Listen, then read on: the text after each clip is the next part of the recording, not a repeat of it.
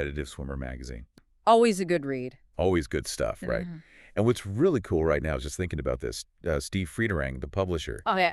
he's actually over in Serbia. No kidding. Yeah, with some USA swimmers at a meet with AAU athletes. Wow. So it's kind of cool because it gives it a really boots-on-the-ground perspective for all this stuff we're going to be talking about. Absolutely, yeah. It just emphasizes that real-world connection. You know, they're not just sitting in an office like, writing about things. They're seeing what's happening. So we're going to break down this edition, all the key ideas, give you basically a shortcut to understanding the need to know. So let's jump right in. There's a piece here titled Sweeten Wisdom and Winning, Combining the Two. Okay. And it has this little thing, or running a fitness class. Interesting. And it makes you think, like, are these principles in swimming, do they have like a broader application? Yeah, it really makes you think about what those foundational ideas really are. I mean, is it just about the physical stuff, or is there something deeper there? And then they move into stroke count matching. Oh. And it seems like they're looking at a really, really specific, like, technical element. Makes sense. Yeah. And it makes you think, I mean, have you really thought about, like, the implications of keeping your stroke counts consistent? It's finding that efficient rhythm, right? Yeah. And I'm sure they get into like how that consistency can really improve your results. Absolutely, yeah. Now, here's one that really jumps out. How to set the American record in just 21 strokes. Gretchen Walsh and Thalia 100 fly analysis. Wow, 21 strokes. That's incredible. Yeah, just that detail, 21 strokes.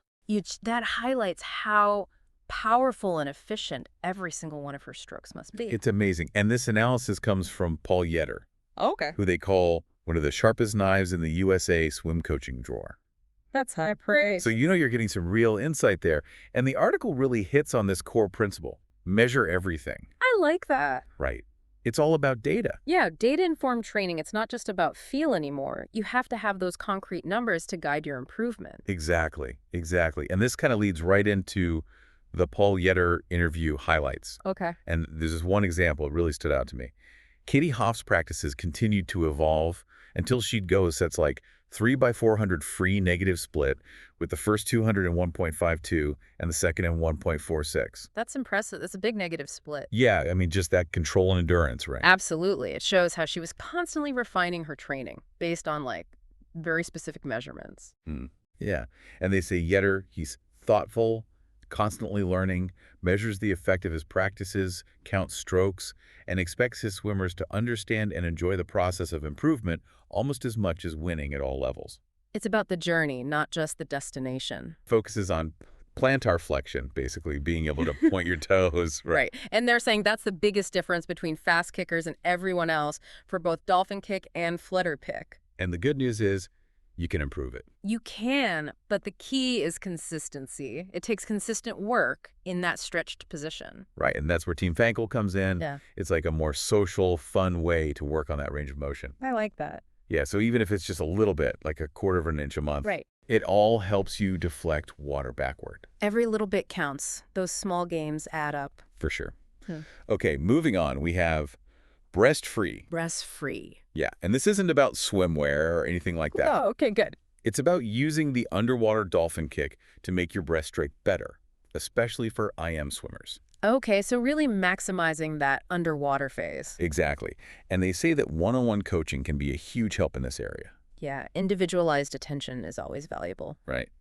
And they outlined this progression of drills, Okay. starting with a single, powerful underwater dolphin kick, just for time. Okay. And you move into over-unders, Okay. swimming above and below the surface. Yeah. And then you start timing full laps with the breaststroke pulls and the dolphin kicks. So building up to the full stroke. Yeah, Yeah. exactly. And the goal, it's kind of cool, is to match or even beat your best full stroke breaststroke time, but using that powerful underwater dolphin kick. Counting tether, that sounds intense. It does. And it's basically using tethers during whip kick, pulling exercises, even full stroke swimming. Wow, that must be tough. It is.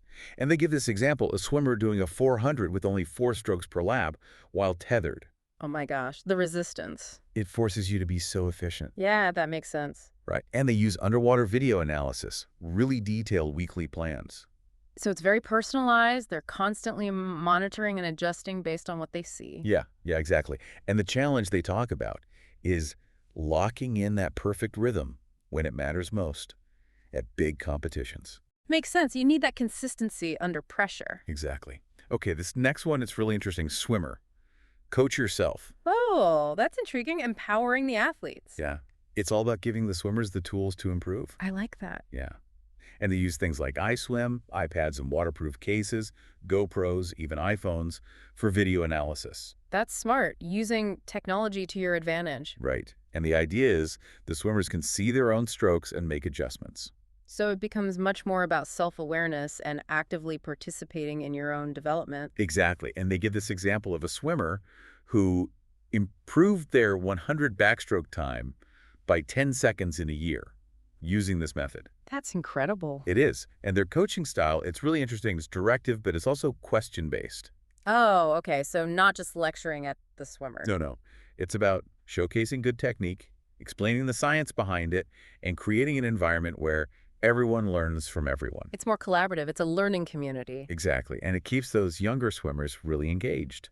Yeah, they feel like they're part of the process, not just being told what to do. Right, exactly. Have a PB bell that swimmers ring when they get a personal best. Oh, I love that. Right. Team awards. Swimmer of the week. It's all about positive reinforcement, recognizing achievements. Absolutely. They talk about themed workouts too, like music-based workouts or skill clinics on specific techniques.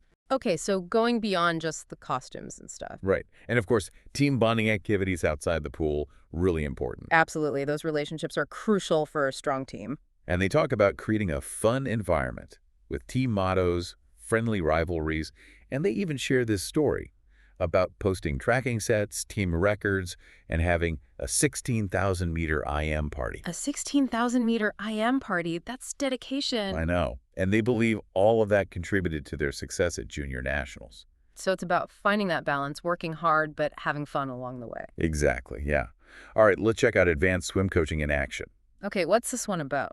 So they get really in-depth on this one-on-one training session, where the coach is analyzing race videos, looking at best times, goal times, Okay, testing kicking power, pulling strength, stroke count, range of motion. so really breaking down every aspect of the swimmer's performance. Yeah, and they even design these predictive sets based on the swimmer's needs and goals. It's a very tailored approach. It is, and they admit it's tough to do this with a big team. Right, that makes sense. But they've seen huge improvements when they combine this kind of personalized work with team practice. So finding that balance between individualization and the benefits of training with a group. Exactly.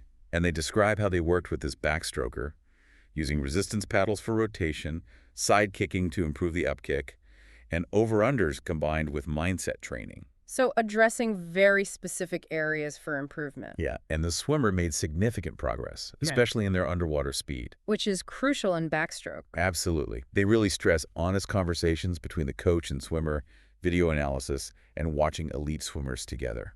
So the swimmer can see what's possible and understand what they need to work on. And they even talk about coaches who might not be fully aware of key performance metrics versus coaches who are on top of everything. Wow, that's a big difference. It is.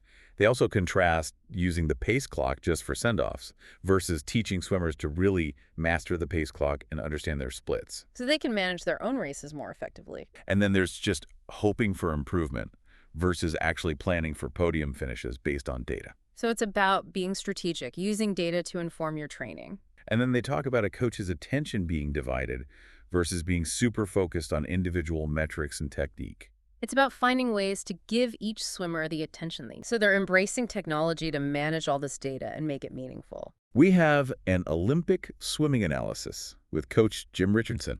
Oh, cool. Olympic analysis. Yeah, they talk about stroke technique, race pacing, and what it takes to develop those top-level swimmers. Breaking down what makes those Olympic champions so successful. And they discuss the 1500 freestyle, Bobby Fink's world record. Wow. And Katie Ledecky, still dominating, setting an Olympic record. Incredible. And they do mention the absence of Hafnaoui and the previous world record holder. So they talk about hero sets designed to build toughness, both physical and mental. I like that, pushing your limits. Right, and they're not kidding. These sets are impossibly difficult. Well, like what? Give me an example. Okay, so get this. 20 by 50 over-unders with super specific recovery times and pulse rate targets. Oh, wow. An IM pyramid with specific stroke counts for each segment. Okay. Tethered dolphin kick time trials. Oh, that's tough. A 400 breaststroke with a limit on how many strokes you can take. Wow, that's creative. I know, right? Short sprints, way under half your best time. Oh my God. And then, get this, alternating tombstone, and streamlined backstroke dolphin spin turns. They even mention Boolean 2x1650s Oh, I don't even want to know. and IM and backstroke sets with crazy time goals. So the idea is to push them beyond what they think they're capable of. Exactly. And they say winning these sets against their own perceived limitations is where the real growth happens. It's about building that mental toughness, that belief in yourself. Lots of great insights from experienced voices. Train your brain. VR and neuroplasticity. VR, that's interesting. Yeah, it's about using virtual reality to train your brain for swimming.